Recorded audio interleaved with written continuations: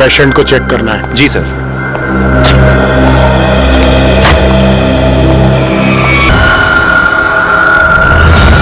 आइए सर, मैंने ही आपको फोन किया था। ये सब हुआ कैसे? समझ में नहीं आ रहा सर, देखते ही देखते पेशेंट को कैसे आग लग गई। प्लीज हटिए आप लोग।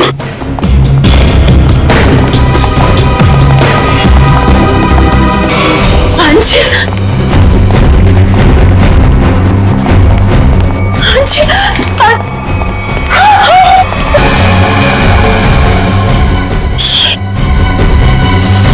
सर, मिस्टर अंश की वाइफ और बेटा। अंश को कैसे? देखिए, थोड़े वक्त के लिए आप लोग बाहर कॉरिडोर में इंतजार कीजिए। पंकज प्लीज चलो। बाबा आइए। अंश जी, यहाँ कौन सी बीमारी का इलाज कराने के लिए एडमिट हुए थे? अच्छा ये बताओ कि डॉक्टर साहब के इस कमरे में आने से पहले कोई और भी आया था इस कमरे में? हाँ सर, दो लोग आए हुए थे। एक कमरे की साफ सफाई करने वाला और दूसरा बिस्तर की चादर बदलने वाली। ये अंश कुमार, इस अंश कुमार की कुंडली निकालनी होगी। जहां तक मुझे याद आता है कि बहुत सारे काले कारनामों में शामिल था। आपको क्या लगता है आग किस वजह से लगी? मेरी बात छोड़ो सचिन, तुम बताओ, तुम लोगों को क्या लगता है भाई? सर अगर हमें पता होता तो हम आपको क्यों बुलाते? देखा तारिका, इन लोगों ने तो हाथ खड़े कर दिए। अरे बेदुमन तो कहते थे तुम लोग सुपर टॉप है। सर हम तो सिर्फ तहकीकात कर सकते हैं, अंदाजा लगा सकते हैं, लेकिन इस साइंस के मास्टर तो आप ही हैं ना। तो ठीक है, अंदाजा क्या लगाते हो वो अंदाजा ही बता दो यार। सर हमें ऐसा लगता है कि ये चिंगारी लगाने वाला कोई इंसान नहीं बल्कि कोई वस्तु, कोई चीज है। हो सकता है, देखते हैं।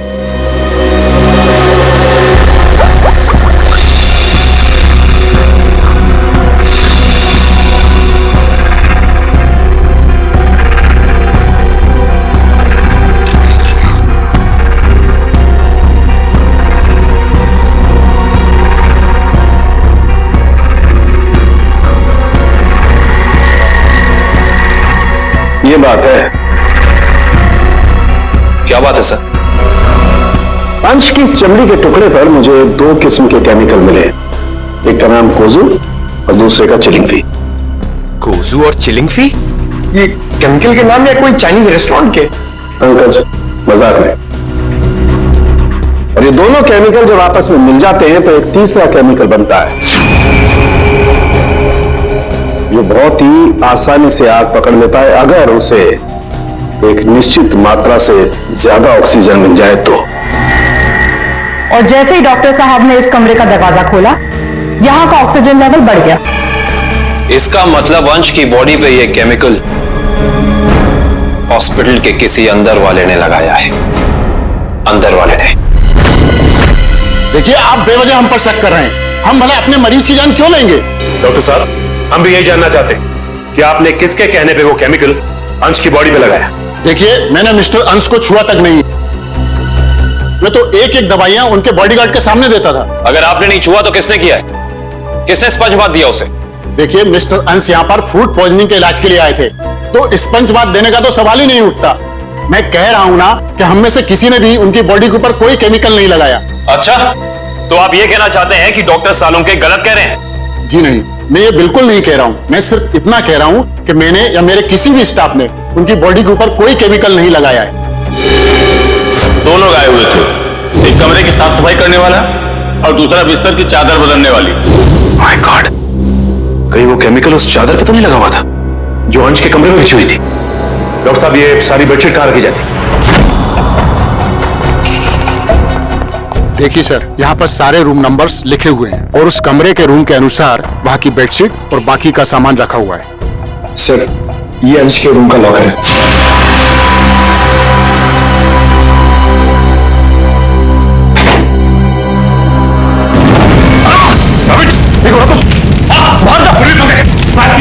जल्दी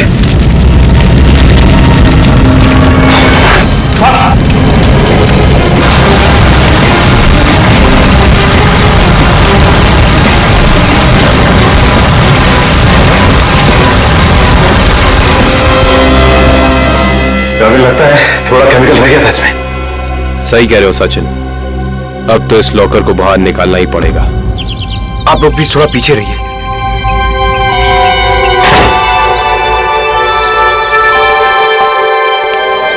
सर प्लीज संभाल के।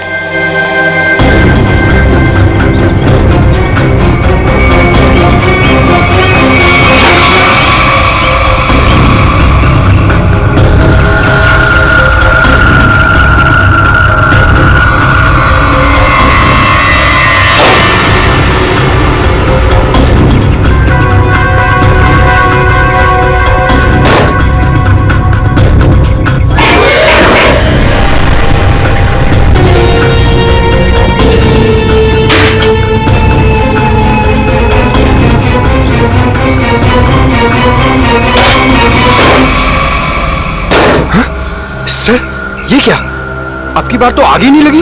क्या बोल रहे? आग सिर्फ उसमें लगी। ये देखो, सिर्फ ये बैग जला है, बाकी सारी की सारी चीजें बिल्कुल वैसी हैं। सर इसका मतलब केमिकल इस बैग में होगा और बेडशीट इसी बैग में लाई होगी। हाँ पंकज, एग्जैक्टली ऐसा ही हुआ है। डॉक्टर साहब, ये वही लेडी है ना जिन्होंने अंश के कमरे में वो चादर बिछाई थी? जी सर, शीला। मैंने कुछ नहीं किया सर। मैं इन केमिकल्स के बारे में जानती तक नहीं हूँ। ज्यादा भोली मत बनो। अंश के कमरे की चादर तुमने ही बदली थी ना? बदली थी, मगर क्या?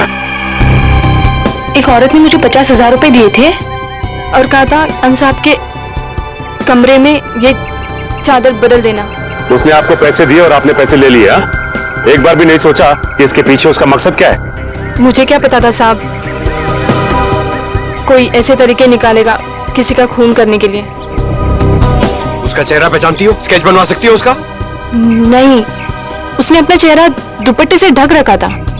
चेहरा ढका था, लेकिन कुछ तो याद होगा, कुछ तो देखा होगा। हाँ, उसके दाहिने हाथ पर एक काला सा निशान था, यहाँ पर।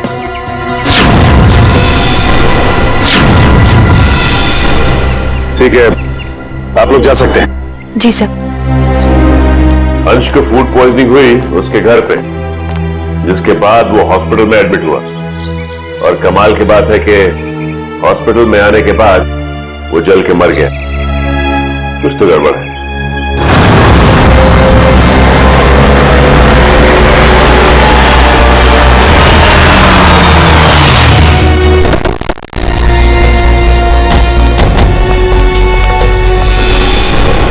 सर, इस घर पे तो जगह जगह सीसीटीवी कैमरास लगे हुए और इतने सारे बॉडीगार्ड्स।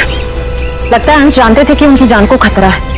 राइट श्रेया, कोई ना कोई बात तो जरूर थी, वरना इतनी ज्यादा सिक्योरिटी कोई मामूली इंसान नहीं रखता। किससे मिला है आपको? सीआईडी? अब अंदर जा सकते हैं? Thank you.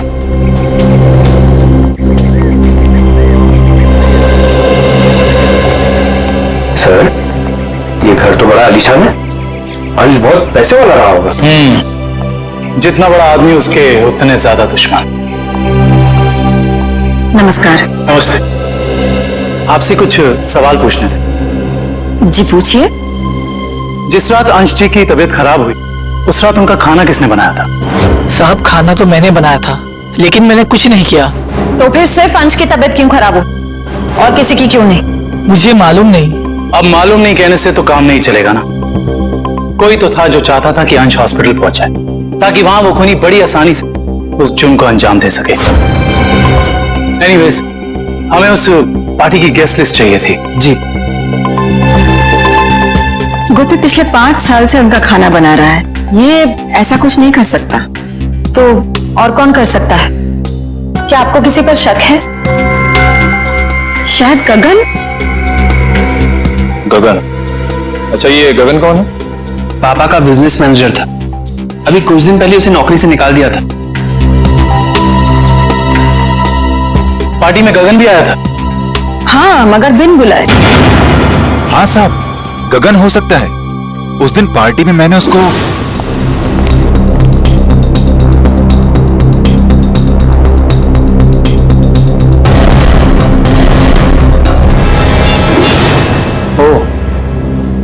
तो अंश गगन पे चिल्ला रहे थे।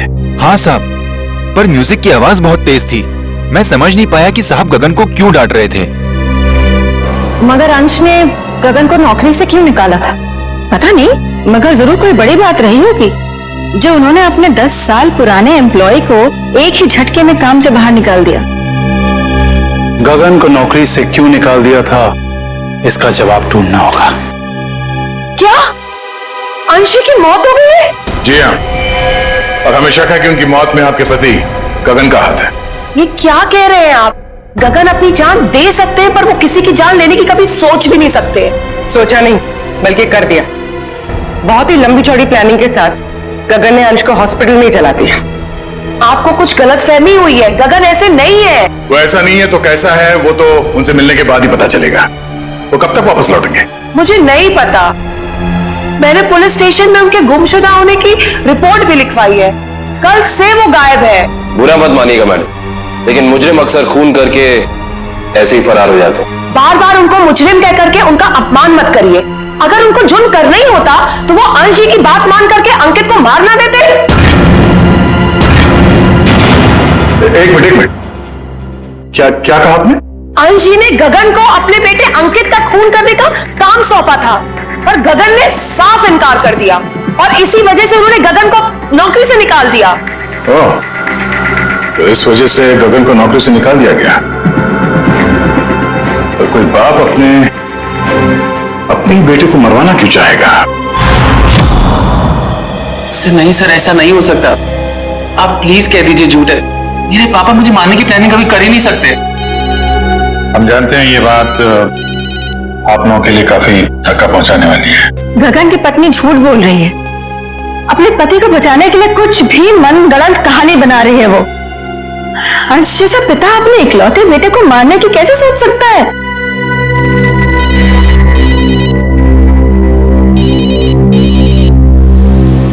किसका फोन है अंकित? चाहो तो बात कर लो। नहीं सर, इंपॉर्टेंट फोन नहीं है। एक्चुअली मेरा एक फ्रेंड मुझे मिलने के लिए परेशान कर रहा है और फिलहाल मैं किसी से मिलना नहीं चाहता। सर अगर आपके सवाल पूरे हो गए हो तो क्या हम जा सकते हैं? अब हमें अंश की शोक सभा की तैयारी करनी है। ठीक है, आप जा सकते हैं। इशिता? Yes sir.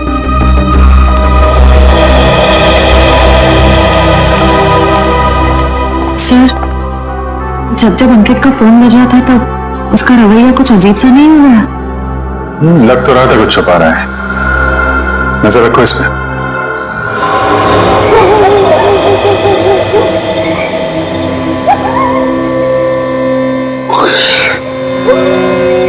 सर हम क्या रात भर यहीं खड़े रह के पहरा देंगे? रात बहुत काम की चीज होती है पंकज। जो काम दिन के खुले उजाले में नहीं किए जा सकते ना, वो रात के साए में हो जाते हैं। सर अंकित आ रहा है। आ नहीं रहा श्रेया, हमें ले जा रहा है अगले सुराग तक।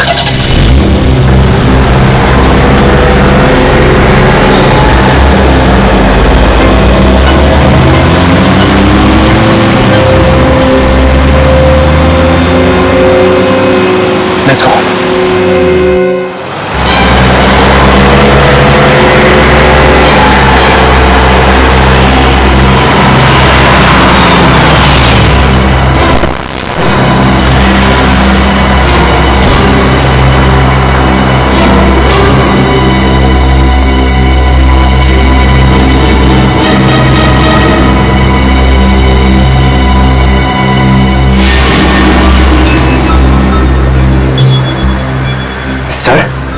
ये इतनी रात को यहाँ ढाबे पे खाना खाने को आया?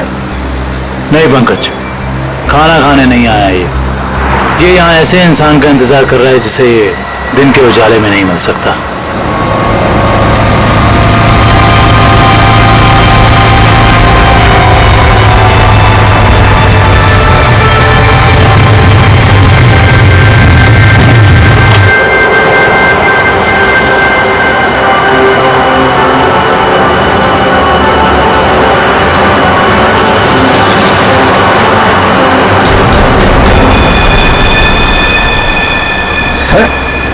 मैंने तो सोचा ये लड़का होगा, ये तो लड़की निकली।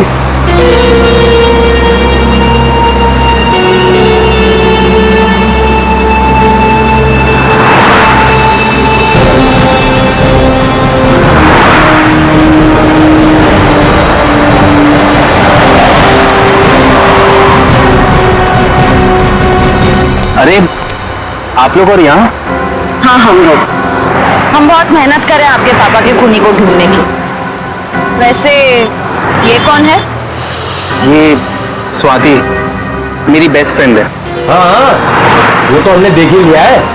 देखिए आप लोग प्लीज मेरी मम्मा से मत कहिएगा कि मैं इससे यहाँ मिलाऊं। क्यों? वो आंटी मुझे इतना पसंद नहीं करती। क्यों पसंद नहीं करती?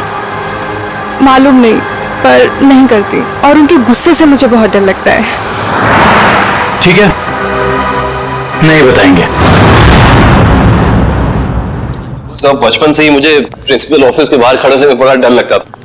कभी सोचा नहीं था कि सीआईडी का काम मुझे एक बार फिर यहीं ले आएगा। काफी शरारती बच्चे थे तुम, इसलिए प्रिंसिपल के कैबिन के बाहर खड़े कर दिए जाते थे। बस यूं ही कभी कभी टीचर पनिश कर देते थे। आइए, आपको प्रिंसिपल साहब ने अंदर बुलाया। हेलो। हेलो, सॉरी आप लोगों को इंतजार करना पड़ा। That's okay. हम यहाँ अंकित कुमार नाम के एक स्टूडेंट के बारे में कुछ जानकारी हासिल करने आए हैं। अंकित कुमार? तो वो तो बहुत ही ब्राइट स्टूडेंट है इस कॉलेज का। पढ़ाई लिखाई, खेल कूद, डिबेट, ड्रामा, हर चीज में वो नंबर 1 रहता है। अच्छा, इतना होनहार है वो? हाँ, बल्कि इस बार कॉलेज का स्टूडेंट ऑफ ईयर अवार्ड भी तो उसे ही मिला है। ये देखिए, ये नहीं उसकी फोटो। इसमें अंकित कुमार का है। यही तो है। ये नहीं, आपको कोई गलतफहमी हो रही है। हम लोग अंश कुमार के बेटे अंकित कुमार के बारे में बात कर रहे हैं। हाँ हाँ, यही तो है, अंश कुमार और रिद्धिमा का बेटा। सर, अगर ये असली अंकित है तो फिर वो कौन है? जो कोई भी है, उसके इरादे ठीक नहीं है, और रिद्धिमा जी ने हमें उसके बारे में बताया क्यों नहीं? रिद्धिमा जी कहाँ हैं? मैडम अपने कमरे में है। आइए।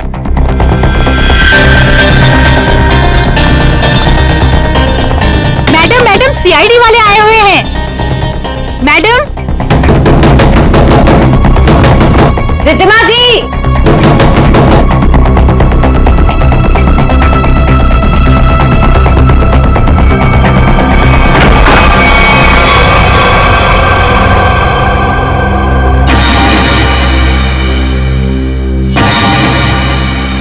सर, कमरे में तो कोई नहीं है।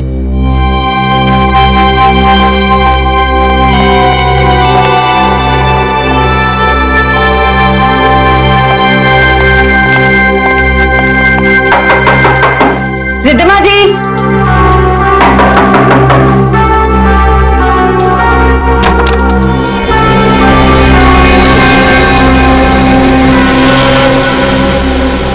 सर, यहां भी कोई नहीं है। सर ये देखिए, सर यहाँ पे खून भी लगा हुआ है।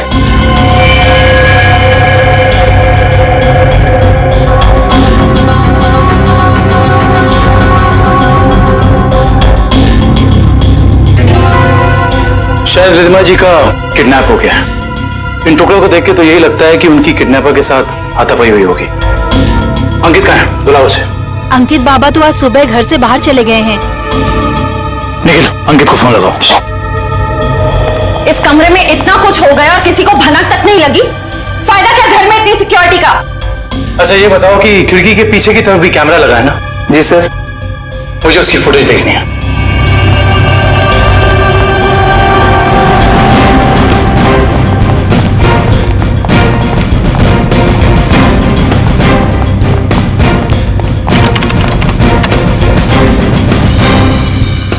सॉरी सर, लगता है कैमरा 2 घंटे से बंद है। मतलब जरूर तुम में से ही किसी का काम है ये, जिसने गुनाह करने से पहले कैमरा बंद कर दिया। सर हम ऐसा क्यों करेंगे? कोई बाहर वाला यहाँ आके कैमरा बंद नहीं कर सकता। ये किसी अंदर वाले का काम है, समझे तुम? सर, अंकित का फोन बंद आ रहा है। कहीं सबके पीछे अंकित का हाथ तो नहीं है? तो तुम हो राज, अंश और रिधिमा जी के असली बेटे। जी सर, मुझे तो अब तक यकीन नहीं कि पापा इस दुनिया में नहीं रहे। रब्बी ने तो मुझे इस बारे में कुछ बताया तक नहीं। लेकिन रिधिमा जी ने ये बात छुपाई क्यों तुमसे? उसी वजह से जिस कारण से उन्होंने मुझे दुनिया से छुपाकर रखा और अंकित को अपना बेटा बना लिया। लेकिन ऐसी भी क्या वजह थी जिसने एक माँ बाप को अपने बेटे से दूर कर दिया? सर, आप तो सीआईडी वाले, आपसे तो कुछ बात छिप नहीं सकती।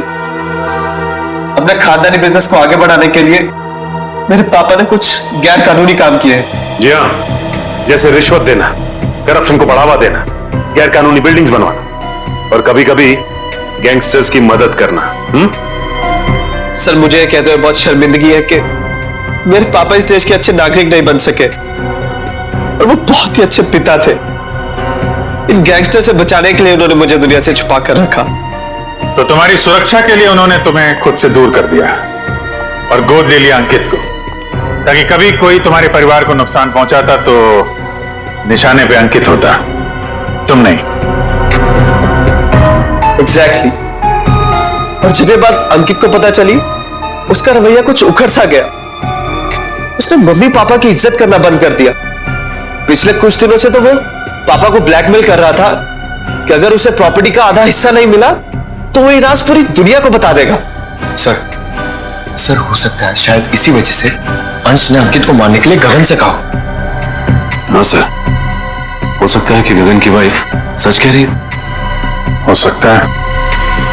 और ये भी हो सकता है कि रिधिमा जी की किडनैपिंग में उनके गोद लिए हुए बेटे अंकित का ही हाथ हो। सर, प्लीज मेरी मम्मी को बचा लीजिए। मैं पहले ही अपने पापा को खो चुका हूं, मम्मी को नहीं खोना चाहता। घबराओ मत, कुछ नहीं होने देंगे मेरी रिधिमा जी को। अंकित के पोस्टर पूरे शहर में लग चुके हैं, कोई ना कोई उसे जरूर देख लेगा। हेलो, कहाँ? चिंचोली क्रॉसिंग? आप कौन बोल रहे हैं? हेलो हेलो सर, गुमनाम कॉल आया, कह रहा था कि चिंचोली क्रॉसिंग पे मिलो, कुछ जरूरी बात करनी है। जरूरी बात करनी है? फिर तो मिलना पड़ेगा।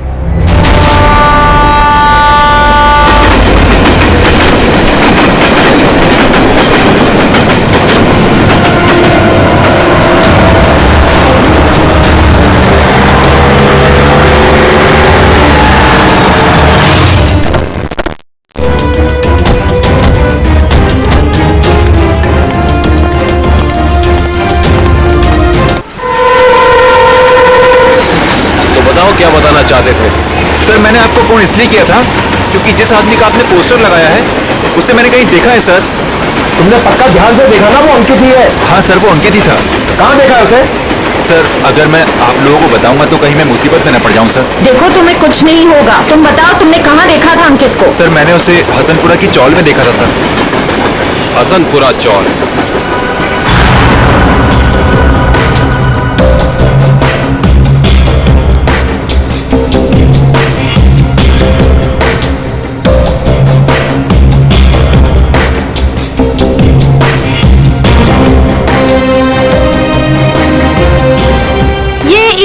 इधर?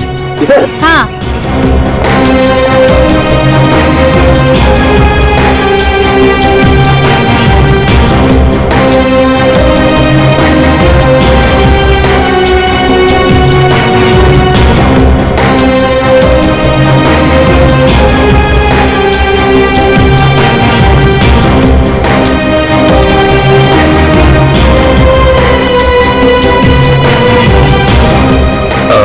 आपने इसे कहीं देखा है? हाँ, उस तरफ रहता है। Thank you. पता चल गया, अंकित उस घर में आता जाता था। चल चल चल चल। बहुत मुश्किल हुई सर, लेकिन मैंने पता कर लिया है, अंकित इसी घर में आता जाता था, ये घर में। पंकज, हम सबको पता है। आओ।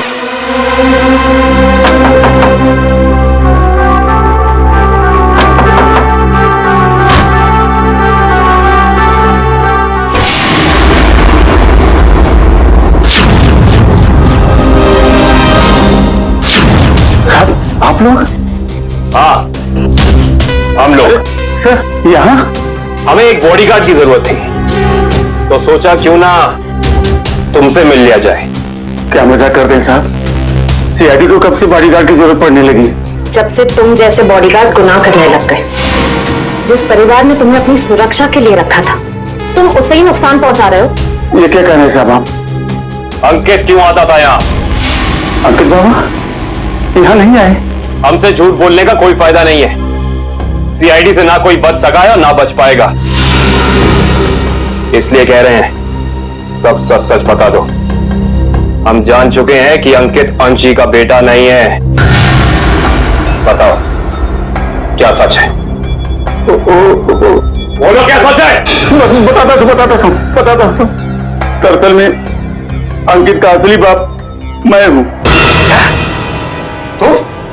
हाँ, अंश साहब मेरे बेटे को गोद लेना चाहते थे और मैं भी अपने बेटे के सुनहरे भविष्य के लिए उन्हें मना नहीं कर सका। मगर तुम्हारे अंकित ने जिस थाली में खाया उसी में छेद किया। पहले अंश को मार डाला, फिर रिद्धिमा को किडनैप कर लिया। नहीं साहब, मेरा बेटा ऐसा नहीं कर सकता, मैं उसे अच्छी तरह जानता हूँ। अगर ऐसा है तो हम अंकित को कुछ नहीं होने देंगे, लेकिन अब हमें साफ साफ बताओ ये अंकित हमें मिलेगा कहाँ? अंकित अपने दोस्त स्वाति के साथ है, ग्रीन सी लॉज में। ग्रीन सी लॉज?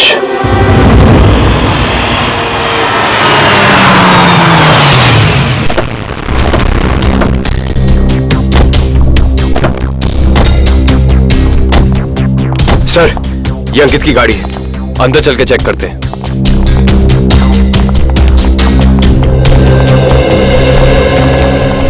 सीआईडी, उस सफेद गाड़ी में जो आए हैं वो कौन से कमरे में ठहरे हुए? Room number 113। Thank you. आओ।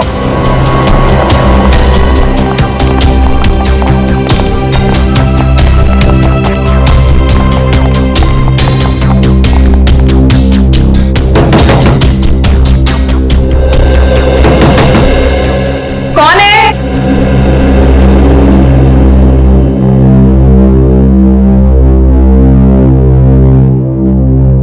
मैडम, हम रूम सर्विस से हैं, जरा खोलिए ना, चॉकलेट केक लाए हैं आपके लिए। मगर हमने तो केक नहीं मंगवाया।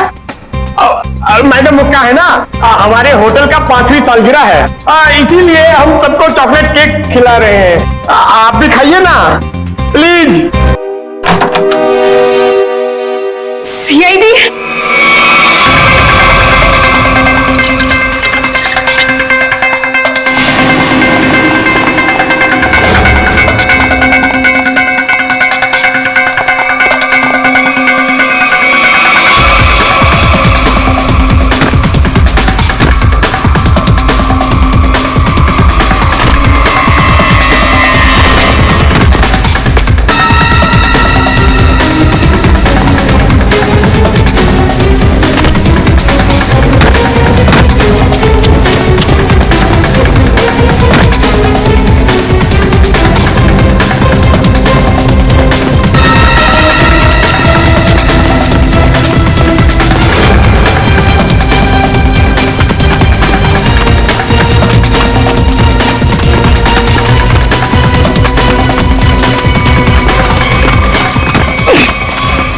मुझे छोड़ दो प्लीज।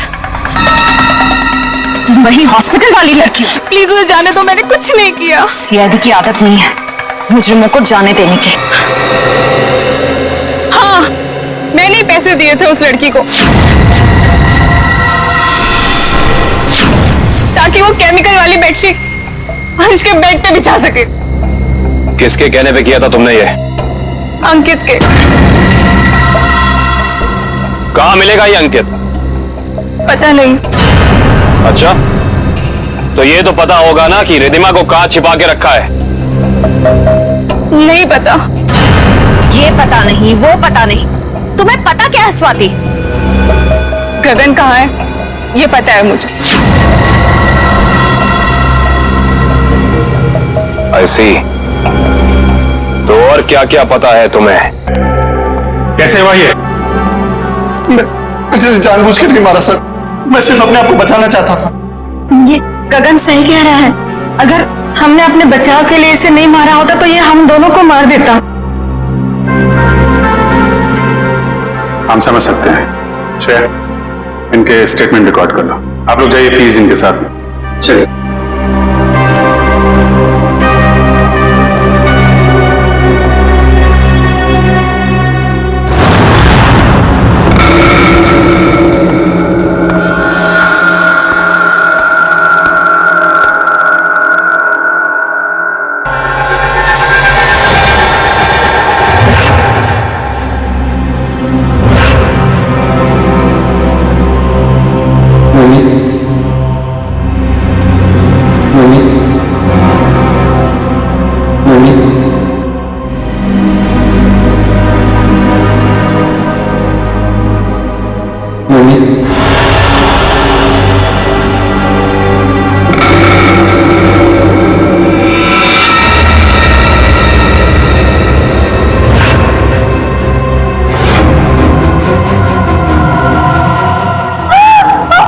आपने मेरे साथ ऐसा क्यों किया? आपने मेरे साथ ऐसा क्यों किया?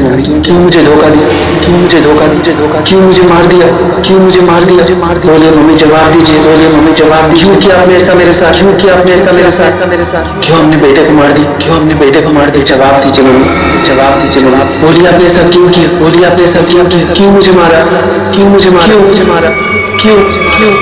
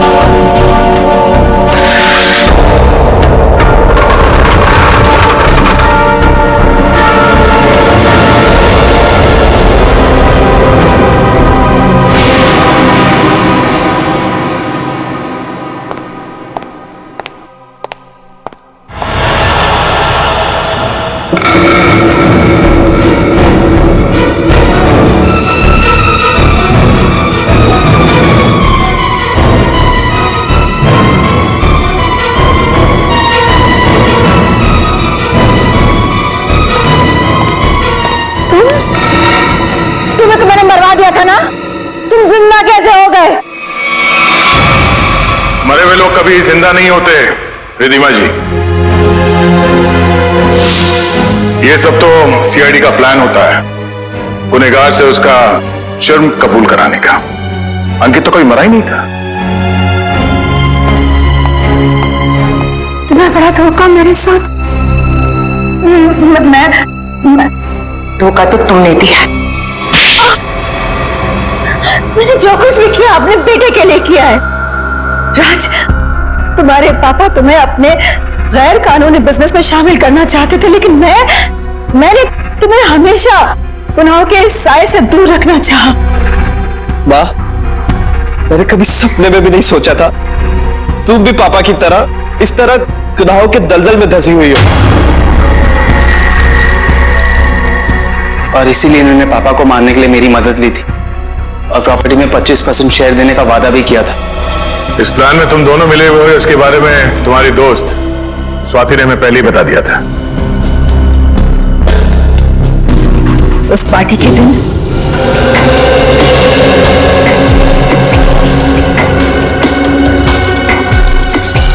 ओह माय गॉड, कितना ऑयली खाना लेकर जा रहे हो साहब के लिए।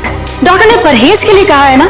जाओ सैंडविच और जूस लेकर आओ। जाओ। मगर साहब ने साहब तुम्हारे बॉस हैं, बट साहब की बॉस मैं हूँ। चलो। जी मैम।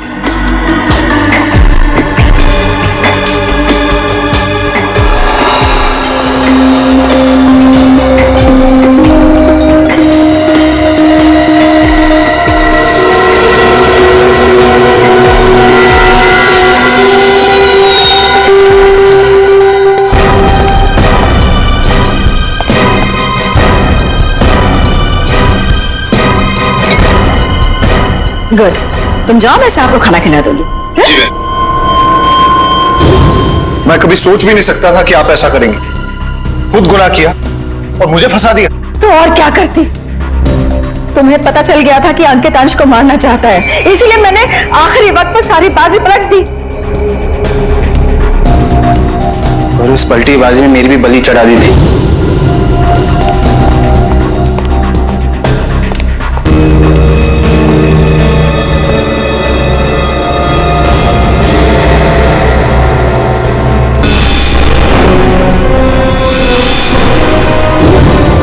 मुझे पता चला कि गगन को तो पूरी सच्चाई पता ही नहीं है। उसे तो यही नहीं पता कि अंश की मौत में मेरा हाथ है, इसलिए मैंने सारा इल्जाम अंकित पर डाल दिया। राज, मैंने ये सब तुम्हारे लिए किया बेटा। गुनाहों पे ममता की चादर ओढ़ देने से तुम्हारे पाप धुल नहीं जाएंगे मैडम। आप दोनों का फैसला अदालत करेगी, या तो फांसी होगी या फिर जिंदगी भर जेल।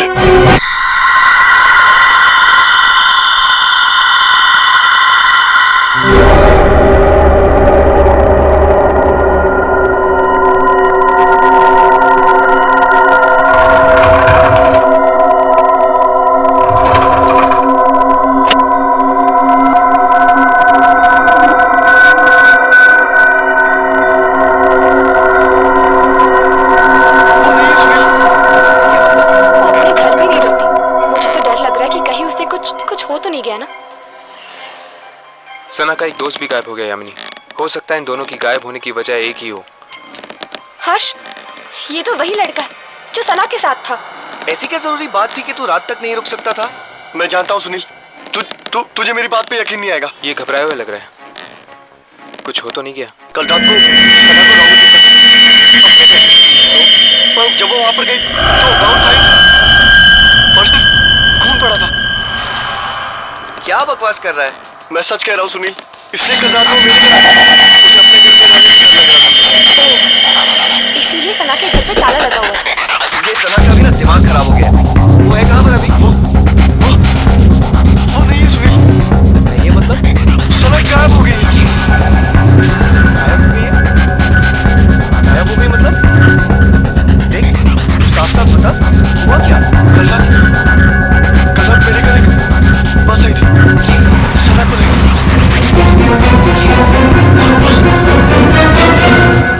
सना को लेकर गायब हो गई। बस? ये लोग किस बात के बारे में बात कर रहे हैं? तुम्हें खजान मिल गया था? शायद इस ट्रेन की ये बस भी एक आत्मा हो सकती है। और फिर तेरे घर पे एक अजीब बस आके उसको लेकर गायब हो गई। या तो तू आ गया या तो सना आ गया।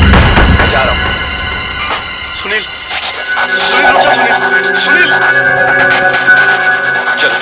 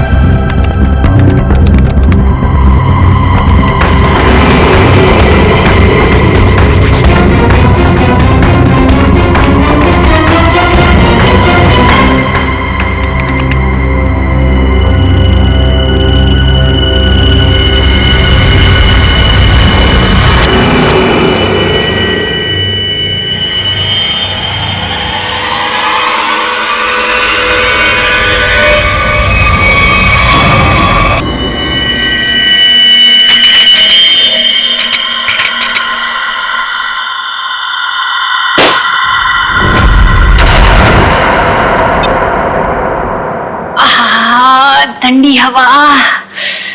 अच्छा गिफ्ट दिया हमारे सीईओ प्रमोद साहब ने। नहीं, वैसे भी हमें इस घर में एसी की सख्त जरूरत थी।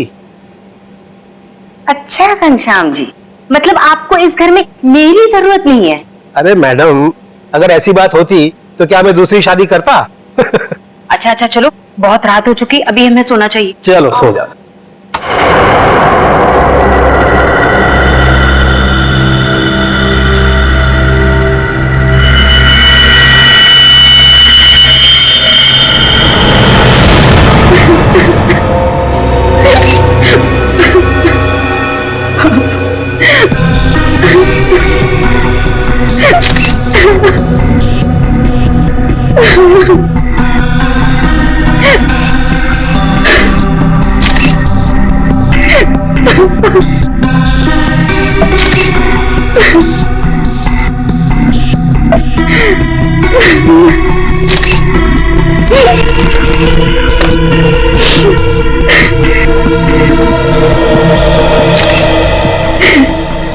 सर, आवाज तो ऐसी आ रही थी जैसे उनका कोई गला दबा रहा हो, सांस लेने में तकलीफ हो रही हो।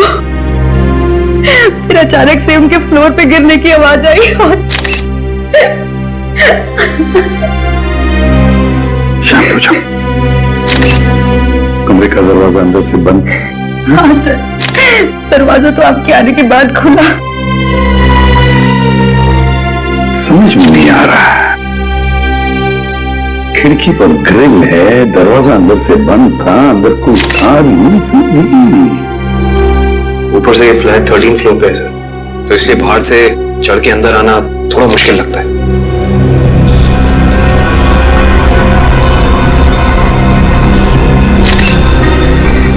अगर चंदन जी को किसी ने मारा भी होता तो कोई न कोई निशान तो होते यहाँ पर। अगर गला घोट के मारा होता तो गले पर उंगलियों के निशान, किसी हथियार से मारा होता तो हथियार के निशान होते, घाव के निशान होते, खून के धब्बे होते, मगर यहाँ पर तो कुछ भी नहीं, सब कुछ साफ। ये कैसे हो सकता है?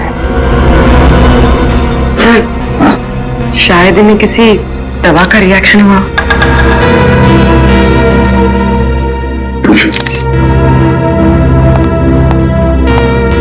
आपके पापा को कोई तकलीफ थी? वो किसी चीज की दवा लेते थे? हाँ, वो सिर्फ ब्लड प्रेशर की दवाई लेते थे।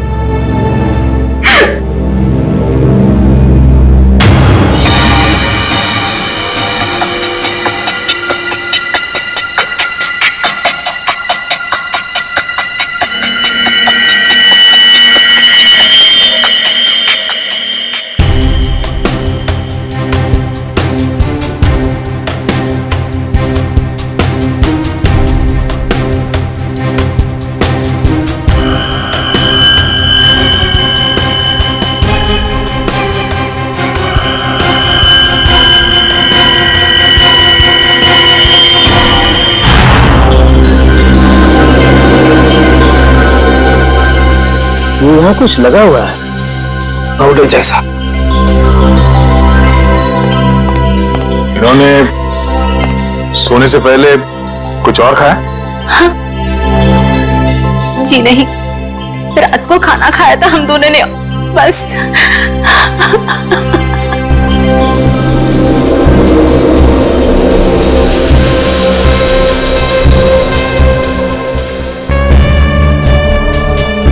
ये पाउडर जैसी चीज है क्या, ये अभी पता लगाते हैं।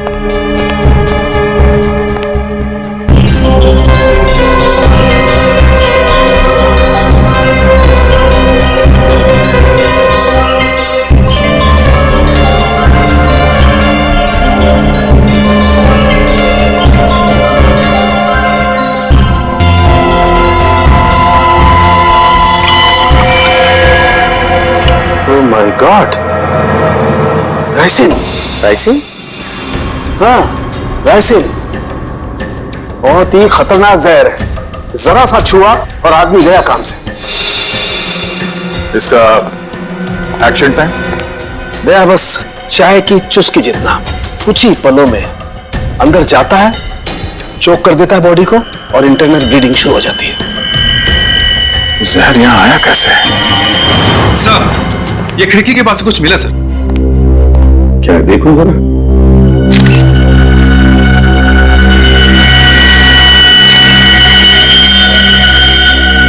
कैमरा लेंस, पर यहाँ पर तो कोई सीसीटीवी कैमरा है ही नहीं। तो फिर ये लेंस कहां से आया? लेंस कहां से आया? पता नहीं सर, पापा लेकर आए होंगे।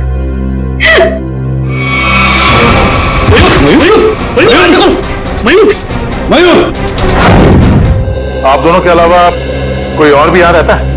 जी नहीं, हम दोनों ही रहते हैं। इंदु जी, जब आप दोनों सो रहे थे उस वक्त खिड़कियां बंद थी या खुली हुई थी? हमने इस घर में नया एसी लगवाया है, इसलिए सारी खिड़कियां और दरवाजे बंद किए थे। मैडम, आप दोनों के सिवा घर में कोई नहीं था। घर की खिड़कियां दरवाजे सब बंद थे। मतलब बाहर से कोई तीसरा आदमी अंदर आ नहीं सकता था। और आपके पति की मौत एक बहुत ही तेज जहर से किया गया है, और वो जहर सिर्फ आपके पति को दिया गया है, आपको नहीं। हा? आप कहना क्या चाहते हैं कि मैंने अपने पति को मारा है? मैडम, अपने गुस्से को काबू में रखिए। ये हमारा काम है कि हम इस केस के हर पहलू को देखें। सर, कहीं इस नए एसी का कनेक्शन इस केस से तो नहीं है?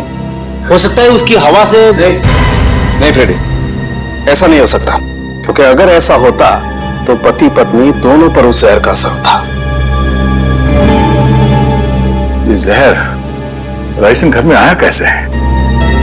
मिस्टर घनश्याम को ये जहर दिया कैसे गया?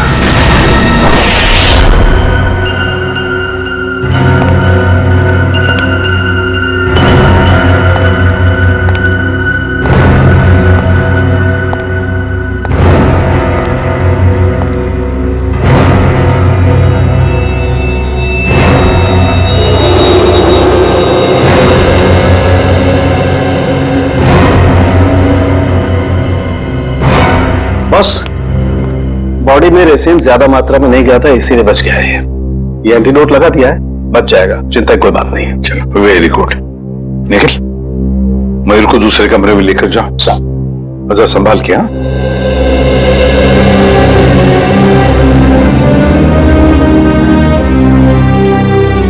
आराम से आराम से।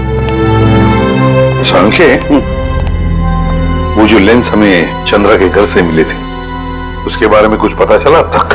वो तारीखा चेक करिए बस।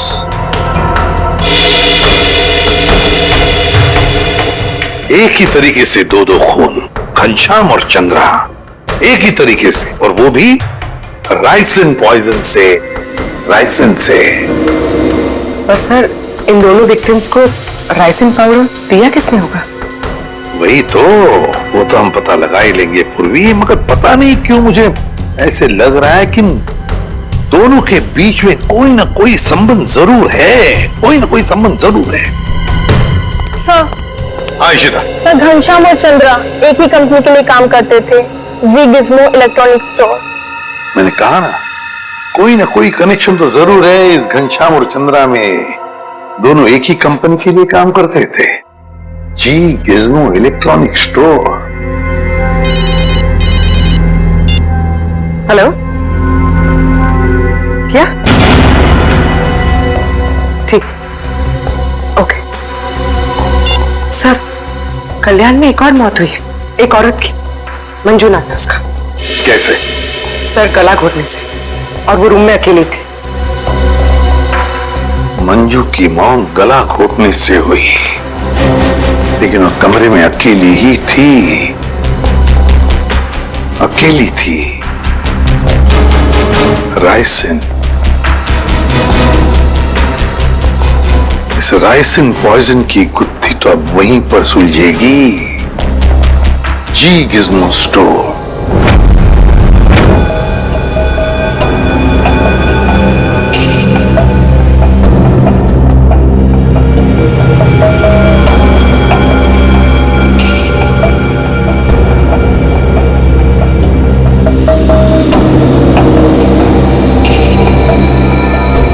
ये है माइक्रोबिम कैमरा का एक हिस्सा, और ये वहां पे लेंस नंबर दिख रहा है। जरा जूम करो तारिका, जूम करो इसे। हाँ।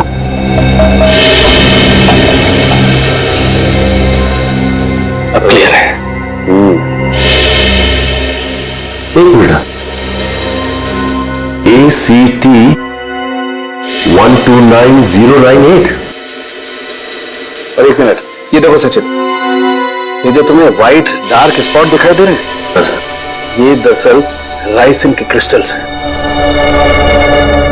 तो इसका मतलब सर, वो कैमरा उस डिवाइस पे लगाया गया था जिस पे राइसिन लोड किया गया। बिल्कुल। अब ये पता करना है सर कि वो है क्या। वो कौन सी ऐसी चीज है जो आसानी से खिड़की के अंदर घुस जाती है और ऊंची से ऊंची जगह चली जाती है। एक काम करो, पता करो कि ये कैमरा कौन कौन सी कंपनी बनाती है। ACT 129098।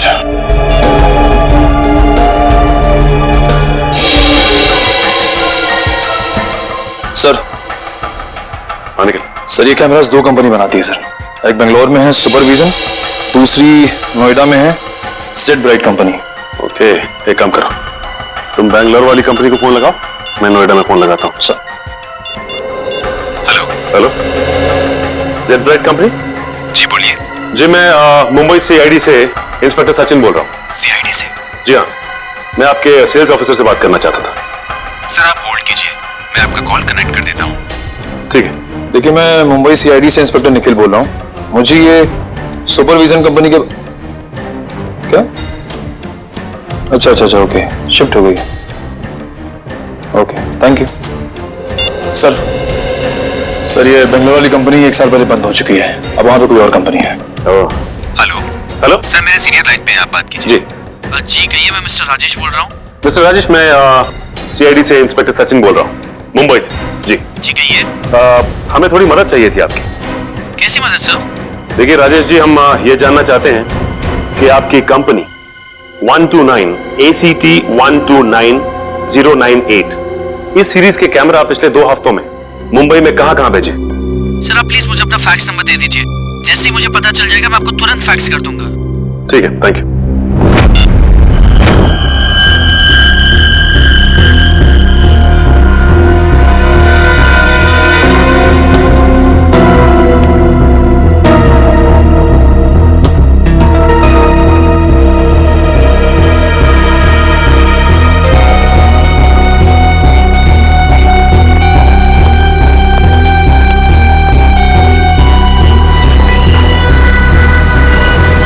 सर आखिर ये तो बताइए कि बात क्या है? देखिए, कल रात शहर में 3 खून हो गए हैं और जिन 3 लोगों का खून हुआ है वो तीनों आपके स्टोर के रिटायर्ड एम्प्लॉय थे। क्या? किन किन का मर्डर हुआ है सर? घनश्याम, चंद्रा और मैडम मंजू। सर मुझे आपको कुछ बताना है। जी बोलिए।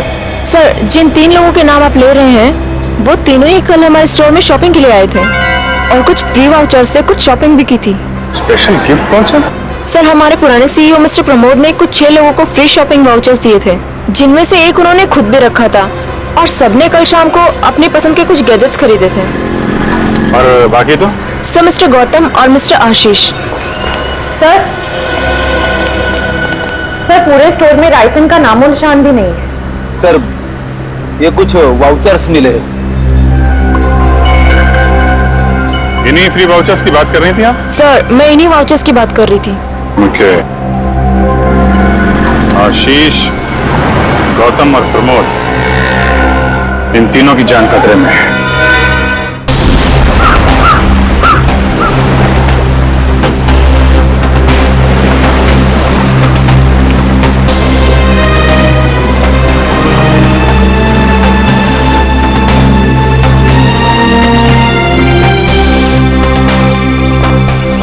आइए साहब आइए, वो बगीचे में बैठे हैं प्रमोद जी। जरा रुकिए। साहेब उठिए साहेब, वो CID वाले मिलने आए हैं आपसे। साहेब उठिए साहेब, साहेब साहेब साहिब को क्या हो गया साहब? एक मिनट पीछे हटिए। वैसा ही थी से ये देखो नाक में राइसिन पाउडर। क्या हुआ साहब को सर? एक बात बताओ, कौन आया था इनसे मिलने? कोई नहीं आया था साहब। घर में आने का और कोई रास्ता है? नहीं साहब, बस एक ही रास्ता है साहब, वो जिससे हम लोग आए हैं।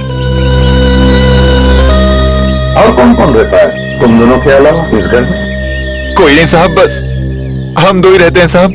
और कितने सालों से काम कर रहे हो यहाँ पर? 5-6 साल से साहब। 5-6 साल से? क्या हुआ है साहब? सर, ये भी तो हो सकता है कि मिस्टर प्रमोद ने बाकी 3 खून करके आत्महत्या कर ली हो।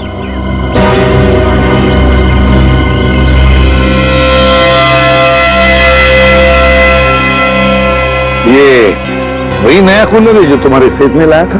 हाँ साहब, यही है। इसका बॉक्स वगैरह कहाँ है? पैकेजिंग का जो कचरा था वो वहाँ साहब, कचरे के डब्बे में। खोला किसने था? मैंने खोला था साहब। मास्क पहन लो। सर, हो सकता है राइसिन इसी पैकेजिंग में यहाँ तक पहुंचा। कभी अगर ऐसे होता तो ये नौकर पहले मरता ना, क्योंकि उसने बॉक्स खोला था। संभल के।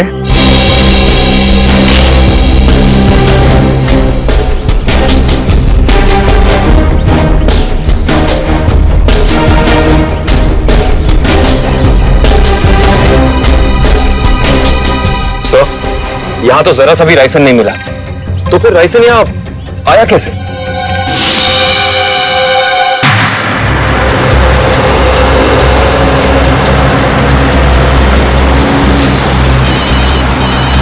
हाँ सर। सर हम लोग अलीबाग पहुंचने वाले हैं।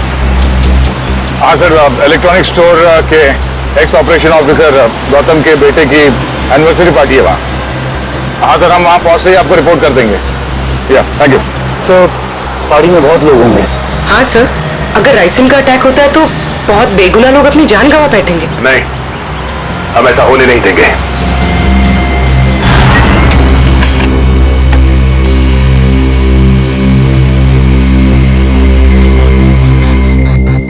तीन जगह भेजा है।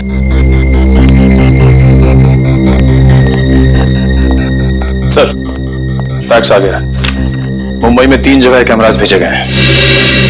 तो चलो फिर इन तीनों कंपनियों के मालिक के दर्शन कर लेते हैं।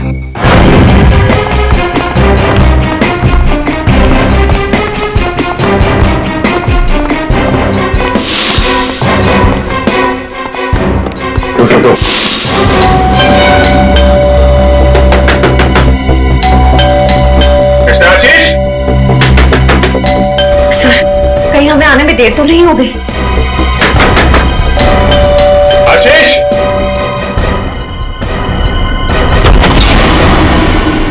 मिस्टर आशीष। जी हाँ, मैं आशीष। ग्रेट। आप ठीक है? क्यों? मुझे क्या हुआ? नहीं, कुछ नहीं। अरे सुनिए, आप लोग तो बस घुसे जा रहे हैं। आप है कौन आप लोग? देखिए, हम लोग सीआईडी से। सीआईडी? क्यों, सब ठीक तो है? नहीं, ठीक नहीं आशीष जी, कुछ प्रॉब्लम है। क्यों, क्या बात है? आप घनश्याम, चंद्रा, प्रमोद और मंजू को जानते हैं? जी हाँ, ये सब मेरे कलीग्स हैं। हम साथ में काम किया करते थे। लेकिन बात क्या है? बात एक्चुअली इन चारों की मौत हो गई है। क्या मौत? इन कैसे? वही पता लगाने की कोशिश कर रहे हैं हम लोग। आशीष जी, क्या कल आपने जी गिज़्मो शोरूम से कोई सामान खरीदा था गिफ्ट वाउचर से? जी हाँ। कहाँ है वो सोफे के पीछे। वो बॉक्स? जी हाँ। आपने इसे खोला था ना? जी नहीं, वो कंपनी से टेक्नीशियन आने वाला था, बस इसका इंतजार कर रहा हूँ। अच्छा कि आपने हाथ नहीं लगाया। आप थोड़ा पीछे हो जाइए। लेकिन आप लोग बताते क्यों नहीं कि बात क्या है? थोड़ा खतरा है आशीष जी, आपको बाद में बताएंगे, आप पीछे आ जाइए। खतरा? जी प्लीज प्लीज। लेकिन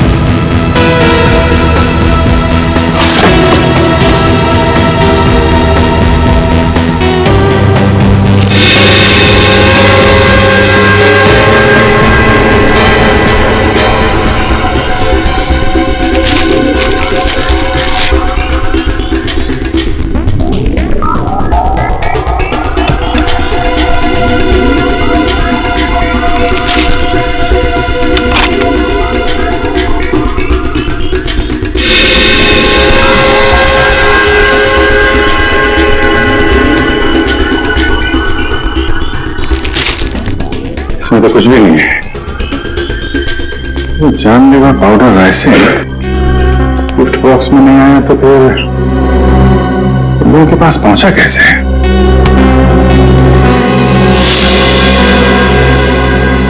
सर आप यहाँ? सचिन तुम यहाँ क्या कर रहे हो? सर चंद्रा जी के यहाँ जो हमें कैमरास मिले थे जिसपे राइसिन के कुछ अंश भी मिले थे, हाँ वो सारे कैमरास आशीष जी ने मंगवाए थे सर। ये क्या बोल रहे हो आप लोग? कौन सा कैमरा? सर मेरे समझ में कुछ नहीं आ रहा है। कितने कैमरे मंगवाए थे इन्होंने? 10 कैमरा सर। बकवास कर रहा है सर ये ऑफिसर। मैंने कोई कैमरा नहीं मंगवाया सर। ये ऑफिसर झूठ बोल रहा है सर। झूठ बोल रहा है? अच्छा, और हमारे इस ऑफिसर के झूठ बोलने की वजह? सबूत है हमारे पास। नोएडा की जेड ब्राइट कैमरा कंपनी ने फैक्स भेजा है जिसपे आपका नाम और आपकी कंपनी 24 सिटी का नाम लिखा है। सर बिलीव मी सर, ये कैमरा और कंसाइनमेंट से मेरा कोई लेना देना नहीं सर। मैंने तो कभी बिजनेस किया ही नहीं। मैं तो जिंदगी भर सिर्फ नौकरी करता है सर। सर ट्रस्ट नहीं।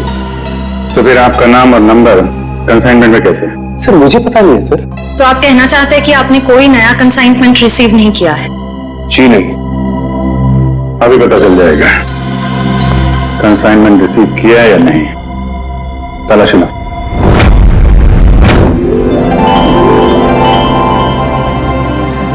चलिए भाई आइए, केक काटेंगे। Please come. आओ। अनिल यही तो हूँ। काटे केक? बिल्कुल बिल्कुल काटिए। यस। अरे रुको भी।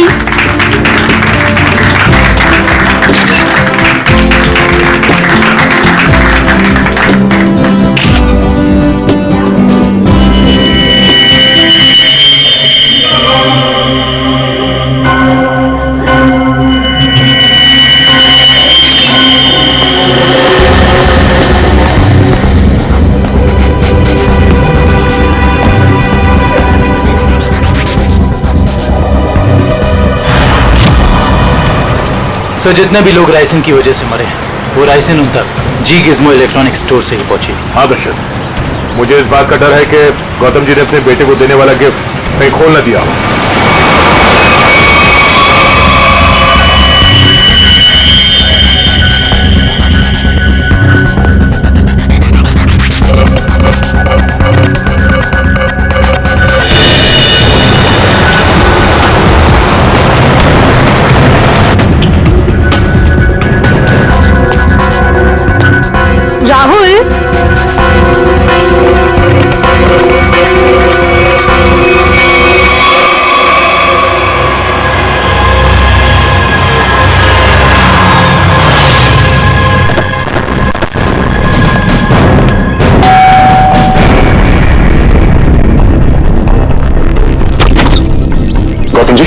देखिए हम लोग सीआईडी से हैं, मामला थोड़ा सीरियस है। क्या हुआ सर? आपने जी गिज़्मो से जो इलेक्ट्रॉनिक सामान खरीदा था, हम उसके सिलसिले में आए। जी गिज़्मो?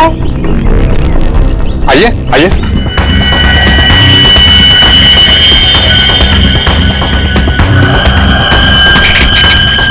राहुल क्या कर रहे हो?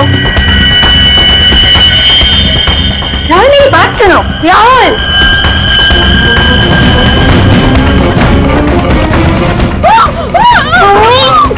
इस तरफ से आवाज आई है। यहाँ से?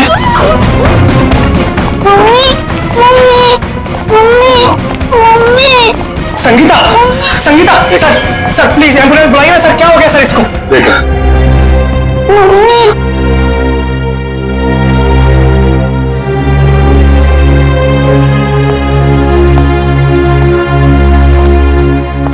आप लोग जरा बाहर जाइए और हाँ किसी भी चीज को हाथ मत लगाना प्लीज प्लीज। चलिए। सब पल्स नहीं है।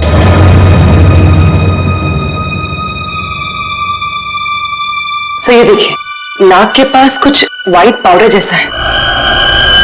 जरूरी राइसिन है। ये क्या है?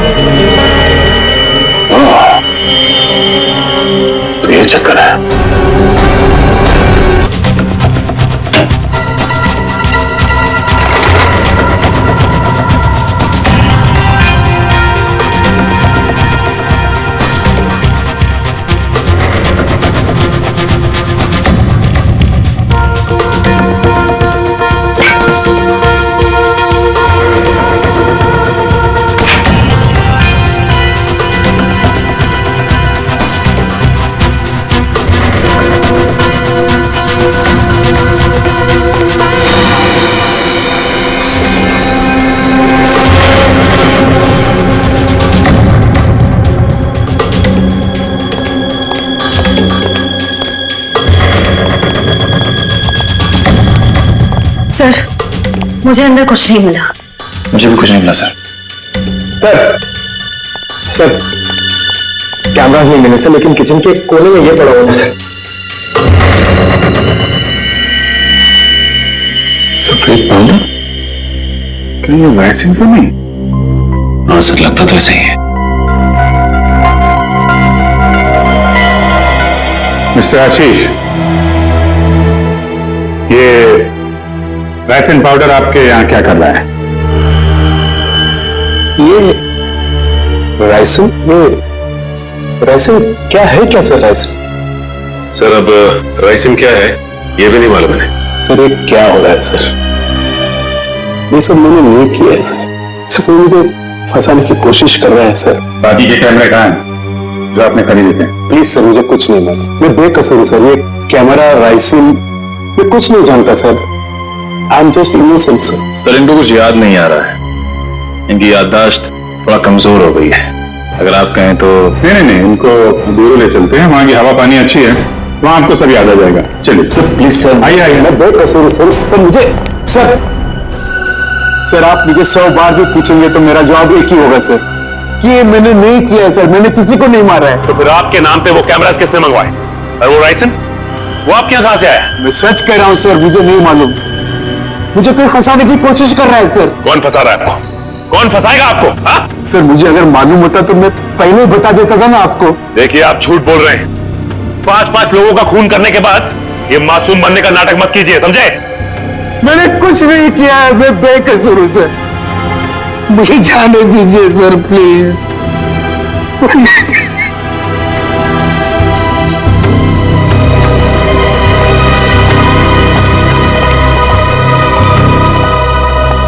सर ये अभी तो बहुत टेढ़ा लग रहा है, लगता है आसानी से मुंह नहीं खोलेगा।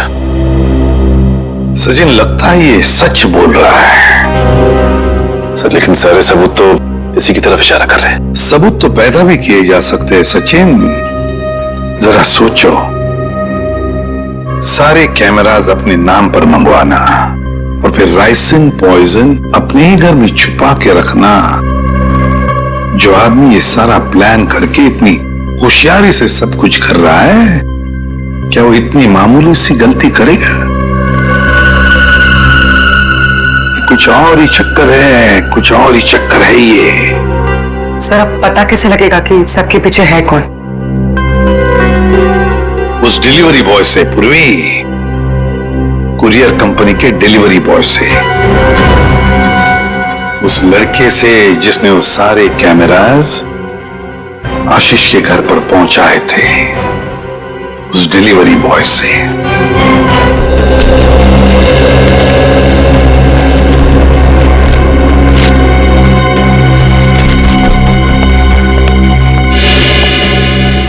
मिल गया सर। डिलीवरी नंबर है MUM 169127188K16। इसकी डिलीवरी हुई थी?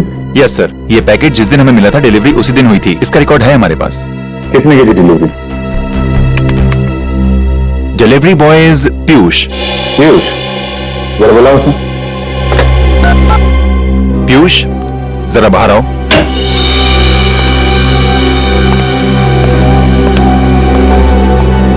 जी सर, आपने बुलाया? पीयूष, CID वाले तुमसे कुछ बात करना चाहते हैं। CID? मैंने क्या किया? नहीं घबराओ मत, बस हमारे सवालों का सीधा सीधा जवाब दो। साहब मैं किसी लफड़े में तो नहीं पड़ जाऊंगा ना? तू टेंशन मत ले और साहब को इस डिलीवरी के बारे में बता। देख ध्यान से।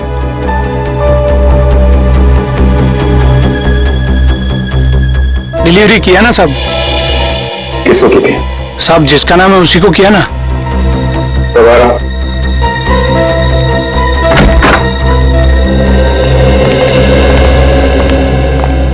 ये आदमी साहब रोज इतने लोगों से मिलते हैं, घाई रहता है, पहचानने को कहाँ फुर्सत मिलता है? सर मैंने कहा ना आपसे कि इसने मुझे कोई डिलीवरी नहीं दी है। आप लोग तो मुझे बस फंसाने की कोशिश कर रहे हैं। आशीष जी 1 मिनट, और देखो कोई जल्दी नहीं, ध्यान से देख के बताओ, यही थे?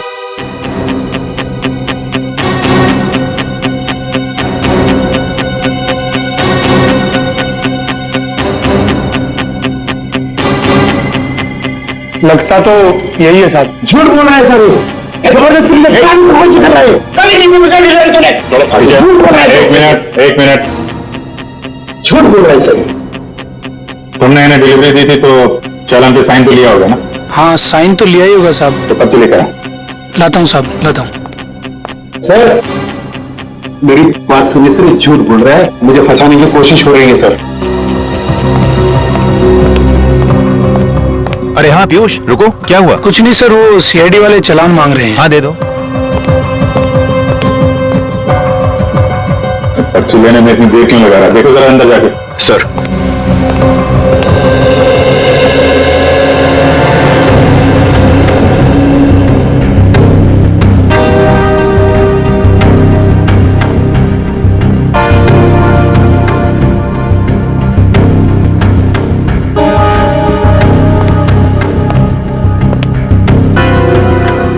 सर वो भाग गया। भाग गया?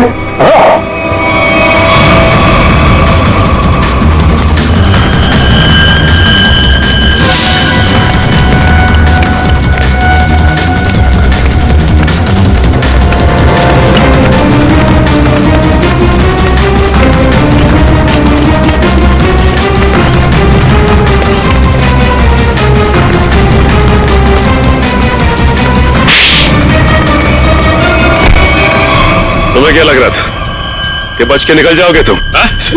सर मैंने कुछ नहीं किया सर। आई समझ सर, मैं झूठ नहीं बोल रहा। तो भाग क्यों रहा था? सर मैं आप लोगों को देख के डर गया था सर। ठीक है, वो डिलीवरी तुमने किसको दी थी? सर मैं बताता हूँ सर।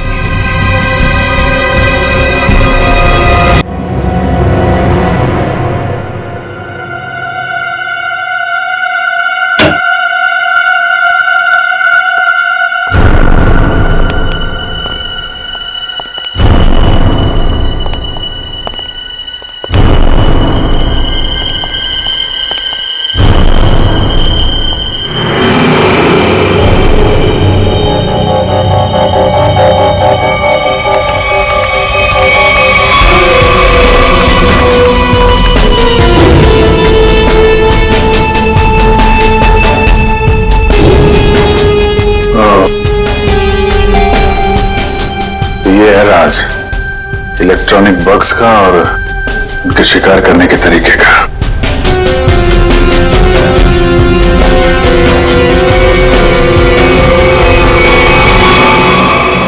अरे अभी तो यही थी, ये लड़की कहां गायब हो गई? यहीं कहीं छुपी होगी, ढूंढो।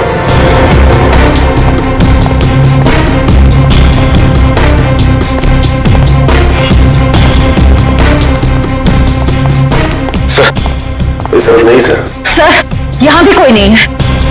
यहाँ हूं मैं।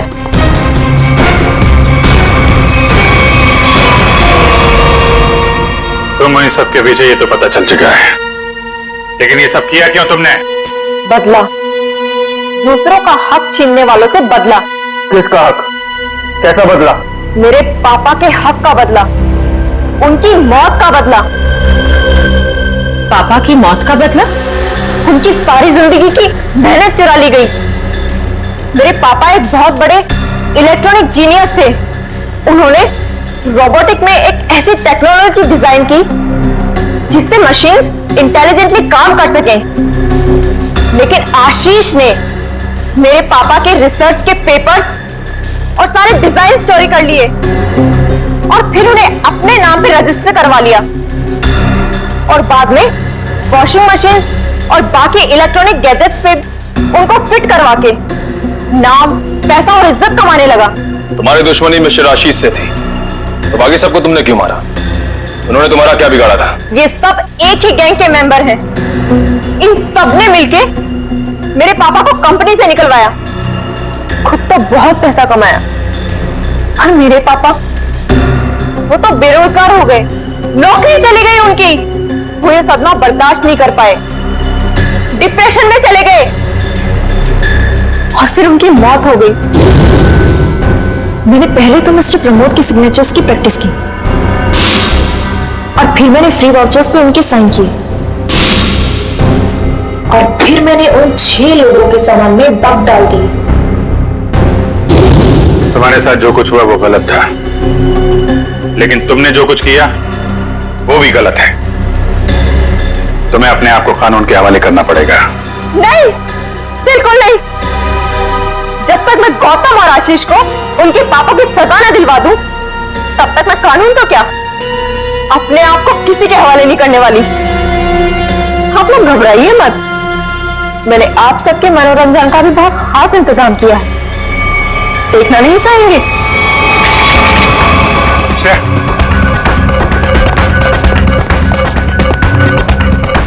बस स्किन से टच नहीं होना चाहिए। इलेक्ट्रॉनिक आइटम है, देखो कोई पासवर्ड वगैरह, कोई गैजेट।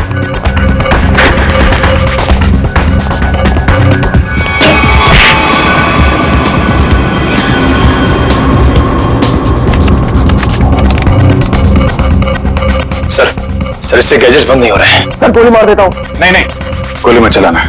ये फटेगा तो राइसिन पाउडर उड़ेगा और खतरा हो सकता है। इन कीड़े मकोड़ों के लिए इतने बड़े हथियार की जरूरत नहीं है, इनका इलाज है मेरे पास।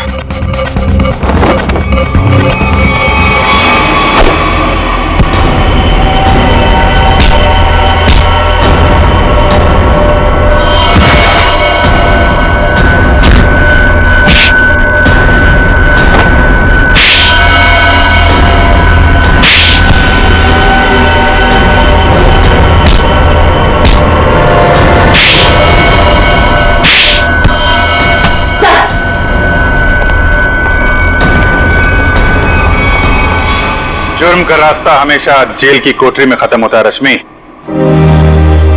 अच्छा दिमाग पाया था तुमने भी। ये सब इलेक्ट्रॉनिक गैजेट्स बनाए, लेकिन इस्तेमाल बदले के लिए किया। अगर इनका इस्तेमाल किसी अच्छे काम में लगाती तो अपने पिता का नाम रोशन करती और जेल भी नहीं जाना पड़ता। इस तरह के और भी एपिसोड देखने के लिए हमारे चैनल को सब्सक्राइब करें और बेल आइकन दबाना ना भूलें।